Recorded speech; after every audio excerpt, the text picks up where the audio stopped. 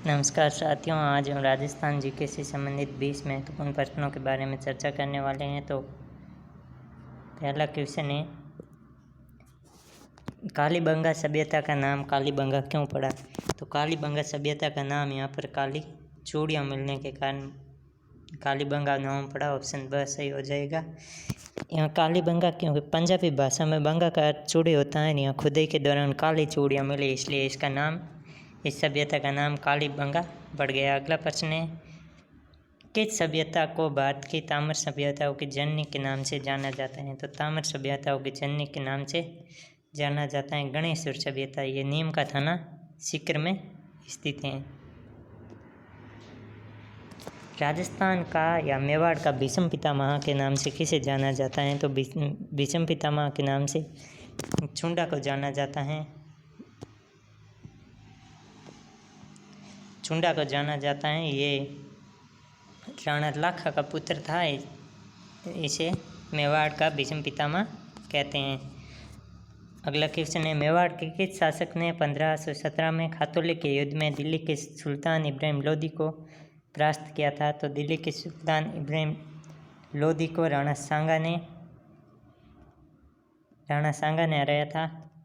अगला क्वेश्चन है, लोक देवता तेजाजी का ससुराल कहाँ पर है? तो लोक देवता तेजाजी का ससुराल पनेर में था। पर्वतसर में तेजाजी का सबसे बड़ा मेला भरता है और सुरसुरा में वो वीर गति को प्राप्त हुए थे। तो इसका ऑप्शन द सही हो जाएगा। अगला क्वेश्चन, राजस्थान के धार्मिक आंदोलन का श्रीगणेश करने का श्रेय किसे जाता है? तो राजस्थान में धार्मिक आंदोलन की शुरुआत का श्रेय धना भगत को जाता है। धना ने राजस्थान में भक्ति आंदोलन की शुरुआत की थी। राजस्थान के कबीर के नाम से किसे जाना जाता है? तो दादू दयाल को राजस्थान का कबीर के नाम से जाना जाता है। ऑप्शन स। सावन मास की अमावस्या को आयोजित होने वाले डिगी कल्याण जी के मेले में किस जिले में आयोजित होता है? तो डिगी कल्याण जी का मेला मालपुरा टोंक में आयोजित होता है। ये विष्णु मंदिर है और कल्याण जी नाम इसलिए पड़ा क्योंकि यहाँ पर भगवान ने राजा डिगू के जो रोग का कल्याण किया था। आभानेरी उत्सव का आयोजन किस जिले में होता है? तो आभानेरी उत्सव का आयोजन होता है दौसा जिले में होता है। तो यह सही हो जाएगा, ऑप्शन स। अगला प्रश्न है, चैत्र कृष्ण पक्ष सप्तमी को शीतला माता का मेले का आयोजन कहाँ पर होता है? तो शीतला माता मेले का आयोजन होता है सील की डूंगरी चाकसू जयपुर में। अगला प्रश्न, चौखेलाऊ महल का संबंध किस चित्रशैली से है? चौखेलाऊ महल जोधपुर चित्रशैली से संबंधित हैं। ये मारवाड़ चित्रशैली के हैं चौखेलाऊ महल। अगला प्रश्न संख्या 11, कौन सी चित्रशैली मारवाड़, जयपुर एवं मेवाड़ का समन्वित रूप है? तो देवगढ़ शैली में इन तीनों चित्रशैलियों की सम्मिलित रूप से विशेषता पाई जाती हैं। देवगढ़ चित्रशैली में पीले रंग की प्रधानता है, याद रखना। श्रीनाथ जी का पाना सर्वाधिक कलात्मक पाना है जिसमें कितने श्रृंगारों का चित्रण है? तो श्रीनाथ जी के पाने में 24 यानी 24 प्रकार के श्रृंगारों का चित्रण किया गया है।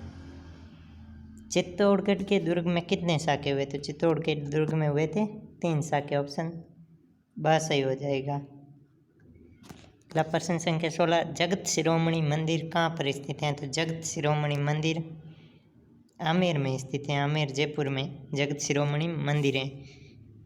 अगला प्रश्न, हाड़ौती का खजुराहो के नाम से किसे जाना जाता है?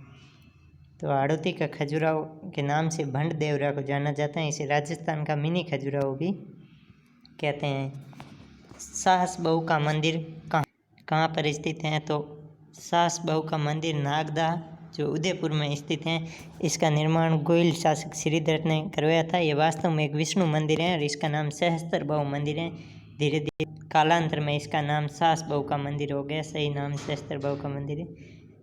राजस्थानी भाषा के लिए सर्वप्रथम राजस्थानी शब्द का प्रयोग किसने किया था? तो जॉर्ज अब्राहम ग्रेसन ने देश में एक सर्वे किया था भाषाओं का, उसमें उसने राजस्थानी शब्द का प्रयोग किया था राजस्थानी भाषा के लिए। अगला क्वेश्चन, घोड़े वाले बाबा के नाम से किसे जाना जाता है? तो घोड़े वाले बाबा के नाम से कर्नल जेम्स टोड को जाना जाता है। इन्हें राजस्थान के इतिहास से संबंधित कार्य किए थे। प्रश्न संख्या 20, ब्रिटिश सरकार ने किसे केसर हिंद की उपाधि दी थी? तो अंग्रेजों ने केसर हिंद की उपाधि कवि श्यामल दास को दी थी। तो आज का सेशन यहीं पर ख़त्म होता है। नमस्कार।